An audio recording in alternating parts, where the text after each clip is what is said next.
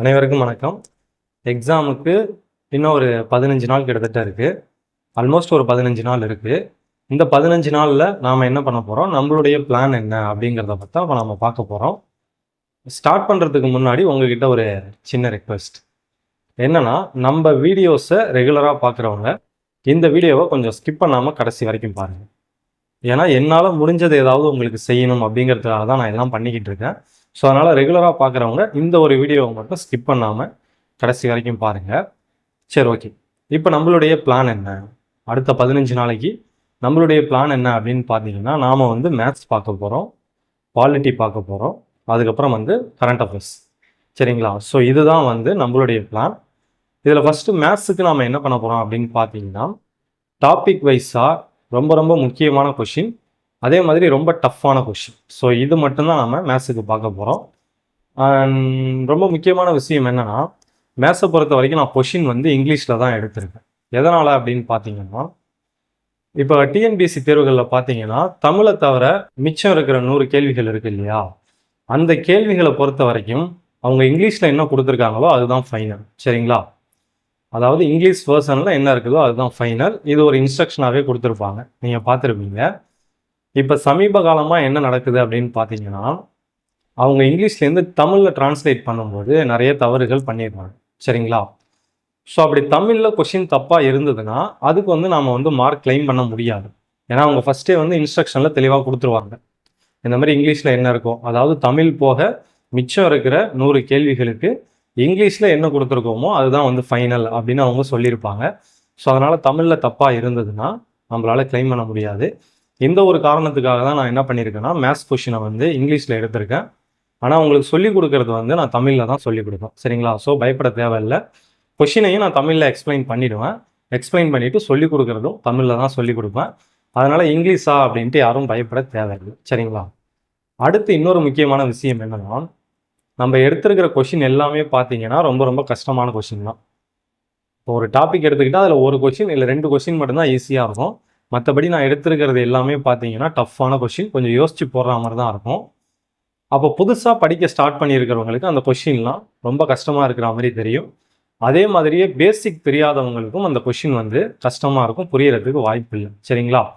நம்ம ஆல்ரெடி பேசிக் கிளாஸ்லாம் போட்டுட்டோம். சரிங்களா? பேசிக்லாம் நம்ம கவர் பண்ணிட்டோம். அதனால் நான் பார்த்தீங்கன்னா அந்த வீடியோஸில் ஸ்ட்ரைட்டாக சம் சால்வ் பண்ண ஸ்டார்ட் பண்ணிடுவேன். பேசிக் நான் எக்ஸ்பிளைன் பண்ணவே இல்லை. ஸோ அதனால் உங்களுக்கு பேசிக் நல்லா தெளிவாக தெரிஞ்சால், நீங்கள் பேசிக்கில் நல்லா ஸ்ட்ராங்காக இருந்தால் மட்டும்தான் அந்த கொஷின்லாம் நான் சால்வ் பண்ணும்போது உங்களுக்கு புரியும். சரிங்களா? என்ன சார் ரொம்ப பயமுறுத்துறீங்க அப்படின்லாம் நினைக்க வேணாம். இப்போ பார்த்தீங்கன்னா டிஎன்பிஎஸ்சி தேர்வுகளை பொறுத்த வரைக்கும் ட்ரெண்ட் அந்த மாதிரி மாறிடுச்சு. மேத்ஸ்லாம் பார்த்தீங்கன்னா கொஞ்சம் டஃப்பாக தான் கேட்குறாங்க. ஸோ அதனால தான் நான் மேக்ஸிமம் டஃப்பான கொஷினாகவே எடுத்திருக்கேன். நான் ஏற்கனவே சொன்ன மாதிரி உங்களுக்கு பேசிக் புரியணும். இப்போ எல்சிஎம் ஹச்சிசிஎஃப்னா, எல்சிஎம்னா என்ன, ஹச்சிசிஎஃப்னா என்னன்னு உங்களுக்கு பேசிக் தெரிஞ்சால் மட்டும்தான் நான் அந்த கொஷினை சால்வ் பண்ணும்போது உங்களுக்கு புரியும்.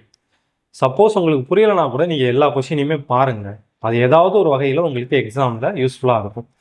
சரிங்களா? ஏன்னா எடுத்துருக்கிற கொஷின் எல்லாமே ரொம்ப ஸ்டாண்டர்டான கொஷின் தான். அதை நீங்கள் உங்களுக்கு புரியலைனா கூட அந்த வீடியோவை நல்லா பார்த்துக்கோங்க. கண்டிப்பாக ஏதாவது ஒரு வகையில் அது உங்களுக்கு எக்ஸாமில் யூஸ்ஃபுல்லாக இருக்கும். ஸோ வேறு என்ன, மேத்ஸை பொறுத்த வரைக்கும் அவ்வளோதான், வேறு ஒன்றும் இல்லை.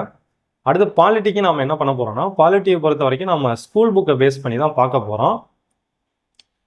அதுவும் எப்படி இருக்க போகுது நம்மளுடைய வீடியோ அப்படின்னு பார்த்தீங்கன்னா, ஒரு ரிவிஷன் மாதிரி தான். ஸ்கூல் புக்கில் இருக்கிற முக்கியமான பாயிண்ட்ஸ் இருக்கும் இல்லையா, அதாவது முக்கியமான அரசியலமைப்பு விதிகள், முக்கியமான சட்டங்கள், முக்கியமான அரசியலமைப்பு திருத்த சட்டங்கள், முக்கியமான ஆண்டுகள், முக்கியமான மேற்கோள்கள், அதுக்கப்புறம் வேற ஏதாவது ஒரு முக்கியமான தகவல்கள் இருக்குன்னு வச்சுக்கலாம். ஸோ இந்த மாதிரி உள்ள தகவல்களை மட்டும்தான் நம்ம பார்க்க போகிறோம். பாலிட்டியும் பார்த்தீங்கன்னா நான் இங்கிலீஷில் தான் நோட்ஸ் எடுத்திருக்கேன். அதுக்கு காரணம் என்னென்னா, இப்போ நீங்கள் அரசியல் அறிவியல் புத்தகம் 11th 12th அரசியல் அறிவியல் புத்தகம் இருக்கு இல்லையா, அதில் பார்த்தீங்கன்னா தமிழ் புத்தகத்தில் நிறைய தவறுகள் இருக்குது. அதே மாதிரியே இங்கிலீஷ் புக்கில் இருக்கிற நிறைய தகவல்கள் தமிழ் புக்கில் இல்லை. சரிங்களா? நான் கம்பேர் பண்ணி பார்த்தேன், நான் படிக்கும்போதே பண்ணது தான் அதெல்லாம். ஸோ அதனால தான் நான் என்ன பண்ணியிருக்கேன்னா இங்கிலீஷில் நோட்ஸ் எடுத்திருக்கேன். பட் உங்களுக்கு எக்ஸ்பிளைன் பண்ணும்போது நான் தமிழில் தான் பண்ணுவேன், பயப்பட தேவையில்லை. சரிங்களா? இப்போ உதாரணத்துக்கு ஒன்று சொல்கிறேனே, தமிழ் புத்தகத்தில் அரசியல் அறிவியல் தமிழ் புத்தகத்தில் பார்த்தீங்கன்னா கவுன்சில் ஆஃப் மினிஸ்டர்ஸுங்கிறதுக்கும் அமைச்சரவைன்னு தான் கொடுத்துருப்பாங்க, கேபினெட்டுங்கிறதுக்கும் அமைச்சரவைன்னு தான் கொடுத்துருப்பாங்க. ஆக்சுவலாக இது தப்பு. கவுன்சில் ஆஃப் மினிஸ்டர்ஸுங்கிறது வேறு, கேபினெட்டுங்கிறது வேறு. பட் தமிழில் பார்த்தீங்கன்னா ரெண்டுத்துக்குமே அமைச்சரவை இல்லைனா அமைச்சர்கள் குழு அப்படின்னு சொல்லி கொடுத்துருக்காங்க. ஸோ இந்த மாதிரி நிறைய இடத்துல தவறுகள் இருக்குது. அதே மாதிரி இங்கிலீஷ் புக்லேயுமே பார்த்தீங்கன்னா சில தகவல்கள் தப்பாக இருக்குது. இதை எதுக்காக சொல்கிறேன்னா, இப்போ நம்ம வீடியோவில் பார்த்தீங்கன்னா நம்ம ஸ்கூல் புக்கை பேஸ் பண்ணி தான் சொல்ல போகிறோம். பட் ஸ்கூல் புக்கில் இல்லாத ஒரு சில முக்கியமான தகவல்களை நான் சொல்லுவேன். சரிங்களா? ஒவ்வொரு வீடியோவிலையுமே அந்த டாபிக் சம்மந்தமாக ஸ்கூல் புக்கில் இல்லாத முக்கியமான தகவல்களை நான் சொல்லிடுவேன். அதை நீங்கள் நோட் பண்ணி வச்சுக்கோங்க. அதே மாதிரியே ஸ்கூல் புக்கில் தப்பாக இருக்கிற சில தகவல்களை நான் கரெக்ட் பண்ணியும் சொல்லுவேன். இதை எதுக்காக இப்பயே சொல்கிறேன்னா, ஒருவேளை நீங்கள் வீடியோ பார்த்துட்டு போயிட்டு ஸ்கூல் புக்கை பார்த்தீங்கன்னா நான் சொன்ன தகவல்கள் அதில் இருக்காது. அதே மாதிரி நான் சொன்னதுக்கும் அதுக்கும் கொஞ்சம் சேஞ்சஸ் இருக்கும். ஸோ அதனால் நீங்கள் கன்ஃபியூஸ் ஆகிடக்கூடாதுங்கிறதுனால தான் இப்பயே சொல்கிறேன்.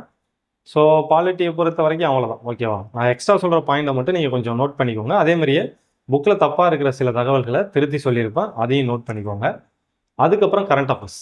கரண்ட் அஃபேர்ஸ் பொறுத்த வரைக்கும் நம்ம என்ன பண்ண போகிறோம் அப்படின்னு பார்த்தீங்கன்னா, ஜனவரி 2025 ஆகஸ்ட் 2025 வரைக்கும் இருக்கிற முக்கியமான கரண்ட் அஃபேர்ஸ் மட்டும் நம்ம எடுக்க போகிறோம்.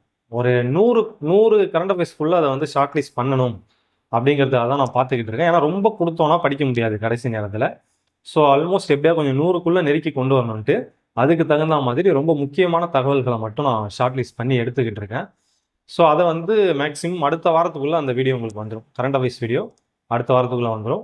அதே மாதிரி இனிவரும் காலங்களில் இந்த 15 நாளில் ஒரே நாளில் 2 வீடியோஸ் கூட உங்களுக்கு வரலாம். சரிங்களா? இப்பயே சொல்லிடுறேன். ஒரே நாளில் நான் 2 வீடியோ கூட போடலாம். ஸோ அப்படி 2 வீடியோ போடும்போது பார்த்தீங்கன்னா என்ன ஒரு பிரச்சனை வரும்னா, 2வது வீடியோவுக்கு சில நேரத்தில் உங்களுக்கு நோட்டிஃபிகேஷன் வராது. ஸோ அப்போ நீங்கள் என்ன பண்ணுறீங்கன்னா, எப்போதுமே ரெகுலராக பார்க்குறவங்கள தான் சொல்கிறோம். சரிங்களா? ஒரு 20 பேர் கிட்டத்தட்ட தான் ரெகுலராக பார்க்குறீங்க. நீங்கள் என்ன பண்ணுறீங்கன்னா, அடிக்கடி வந்து சேனலை செக் பண்ணிக்கோங்க. ஏதாவது வீடியோஸ் நான் போட்டிருக்கேன் நான், அடிக்கடி வந்து பார்த்துக்கோங்க. ஸோ வேற என்ன, இது வந்து கண்டிப்பாக வந்து இதை நான் கம்ப்ளீட் பண்ணிடுவேன். சரிங்களா? இப்போ நான் சொன்ன மேத்ஸ், அதுக்கப்புறம் வந்து பாலிட்டி, அதுக்கப்புறம் கரண்ட் அஃபேர்ஸ், இந்த 3த்தையும் கண்டிப்பாக நான் வந்து இந்த 15 நாளில் கம்ப்ளீட் பண்ணிடுவேன். இது போக ஒரு வேளை முடிஞ்சதுன்னா, எனக்கு டைம் இருந்ததுன்னா, தமிழ்நாடு ஹிஸ்ட்ரி அண்ட் கல்ச்சர்னு ஒரு டாபிக் இருக்கு இல்லையா? ஸோ அது சம்மந்தமான முக்கிய தகவல்களை மட்டும் கண்டிப்பாக நான் ஒரு வீடியோவாக கொடுக்க ட்ரை பண்ணுறேன். பட் கண்டிப்பாக இந்த 3 டாபிக் வந்து உங்களுக்கு முடிஞ்சிடும். கரண்ட் அஃபேர்ஸ் கண்டிப்பாக அடுத்த வாரம் உங்களுக்கு வீடியோ வந்துடும். இப்போ நாளையிலிருந்து பார்த்தீங்கன்னா நான் சொன்ன மாதிரி மேத்ஸ் வீடியோவும் பாலிட்டி வீடியோவும் மாறி மாறி வரும். இல்லைனா ஒரே நாளில் 2 வீடியோ கூட வரும். ஸோ ரெடியாக இருங்க. நன்றி.